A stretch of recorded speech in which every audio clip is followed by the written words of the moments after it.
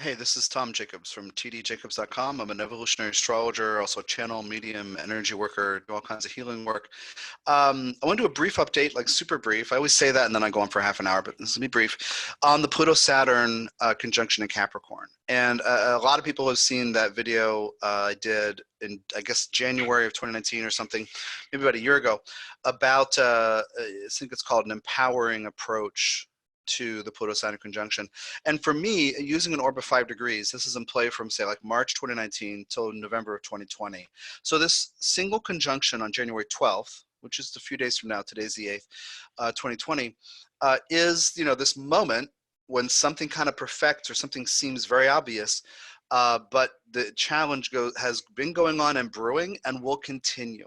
Don't assume that, because the conjunction occurs and it's done, that everything's over. With outer planets, they move slowly. And like I said, these two will be in with an orb of 5 degrees until November of 2020. So who's in charge of your life? What do you feel empowered to do? Do you feel strong and confident? What do you judge yourself for? How can you turn the inner judge or critic into a helpful mentor, coach, helpful kind of parental, supportive, encouraging energy in yourself? And if you're interested in that, my book Saturn Returns is all about that. It is about Saturn Returns, of course, but it's really about transforming.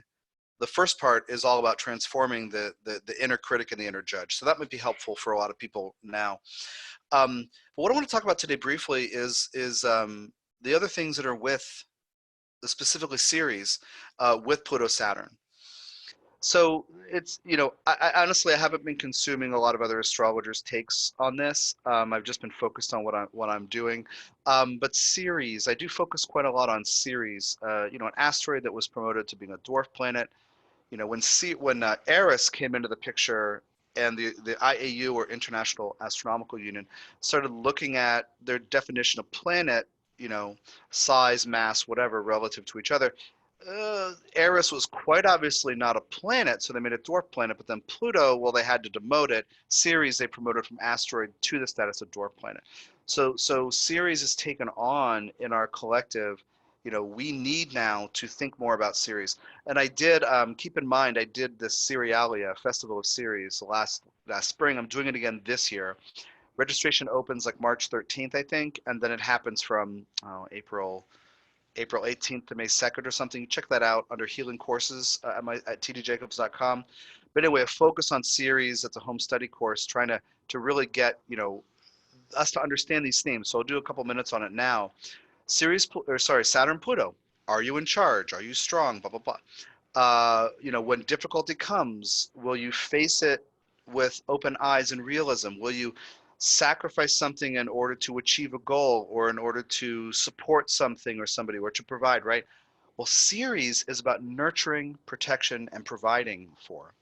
So part of the story here with the Pluto-Saturn for many individuals isn't just this thing in my life is stressful, or I'm not sure if I can do this, or this is hard and painful, and the weight is on my shoulders. Also with Ceres, and how are you taking care of yourself? And who should you be caring for? And do you expect somebody else to care for you, or to rescue or save the day? Because in one version of the story, one angle on it, Ceres is that protective mother archetype, or protective parent or mentor archetype, which can be kind of a savior figure. On the other side of it, Ceres can be smothering, and the other person just wants to live his or her life. But if you are feeling so burdened that you're not caring for yourself and you're hoping somebody else will come along, there's a Ceres opportunity for you in this. So how to mature into the right kind of Ceres figure? Yes, the thing in your life is there. There might be an immovable object, pressing up against you, pressing your head against the wall, or your heart into a small box. For me, I feel like I have been put into smaller and smaller boxes, and my Uranus in the first, it's actually square my Uranus Mars in the first. It doesn't like it, and I've kind of cycled through a lot of stress and anger and frustration. But as I think more about the Ceres in this Pluto-Saturn conversation, okay, great. What is the mature parent angle on this? Okay, what do you perceive somebody else could rush in and save the day? What would that person do? Sometimes it would be like these tasks or this thing that's just too much for me to do. But other times it'll be, I need someone to tell me things are going to be okay. So from a certain angle, the Pluto-Saturn bit for everybody includes the need for everybody to decide, yeah, okay, this is hard. This might even be expletive, preventing myself from bleeping out a curse word. This might even be crappy, right? This might seem impossible. I might feel worn down. Okay, great. How is it that I can see this from a mature perspective? Now, naturally, in this process, if this kind of idea resonates with you, if it resonates with your experience, it will bring forward immature parts of you. So I'm also asking you, inviting you to be compassionate with yourself. If things or everything or something seems so hard that you just can't do it, and part of you just wants to break down and crack open. I've had that many times. Accept it. Be that compassionate kind of parent figure that you wish you had, or that you need now as an adult you might not still have.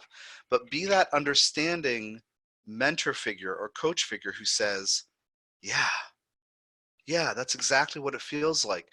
Be honest about that. Honor that.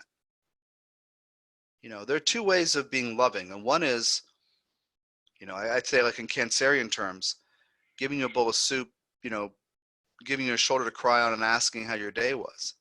The Capricorn version of nurturing and loving can be very practical, but it's still loving. And you can do that for yourself by saying, okay, let me look with realism, with open eyes at what's actually happening, and let me accept that it is happening. Also, sun coming up during this conjunction, it puts light and attention and focus on it. And then Mercury, of course, is here.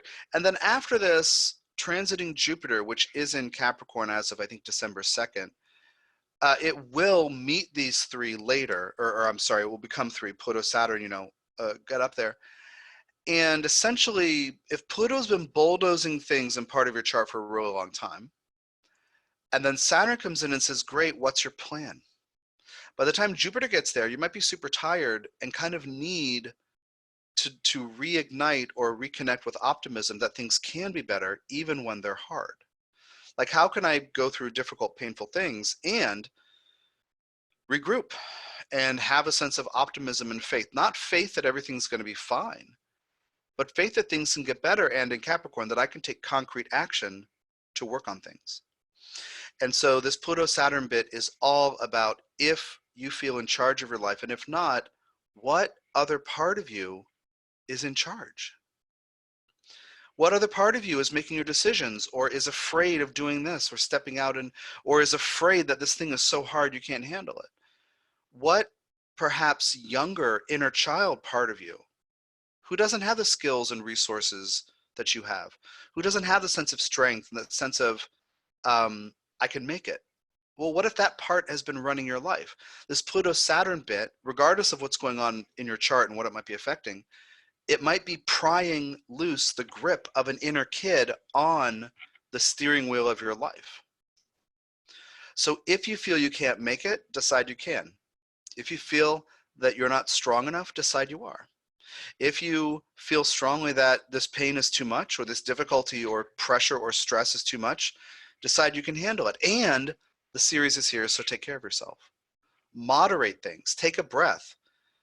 Yesterday, my stress got so much, I had a series of weird dreams, and it's a long story, but basically I woke up like, I want to say 15 or 18 times during the night, and every time in a panic attack. And I've never had that before in my life.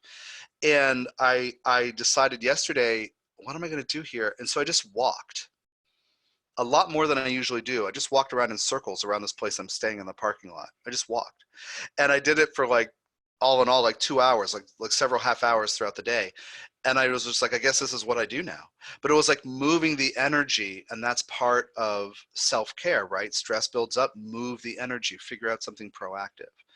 So, so yeah, so the Ceres in here, and Ceres in Capricorn, with Saturn Pluto are also potentially going to call up the historical education from when you were a child that you received about what love is and where it comes from, and if anyone's going to make you feel safe, etc. One of the things about Ceres and safety is when you're a little child, somebody else may make you feel safe, and that's what you need. But as an adult, you have to choose to have inner security, self-awareness, self-knowledge, and then self-trust. That's inner security. That's why I focus on the lower chakras and the grounding process so much. So that intricate parts of you that may chase versions or promises of external safety, you can help them stop because you're giving them a sense of inner security. I'm going to listen to my feelings. I'm going to validate whatever I need. I'm going to pay attention to it. That's strong Ceres, and that helps with this grounding process and taking back power from any inner kids who, quite frankly, you know, your 2-year-old, 5-year-old, 6-year-old self, they're not qualified. They can't do it. So when part of you says, I can't do this, listen to that part of you without judgment. I mean, absolutely refuse to shame or judge that part of you. Listen to it, but remember, that's not who you are. It's a part of you who's triggered right now.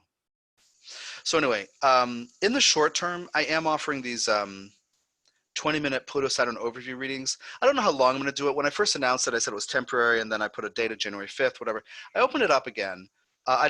Whatever. I'm going on a trip soon for like 3 weeks, and so I wanted to, or 3.5 weeks. So I wanted to make sure I didn't like not deliver them, you know.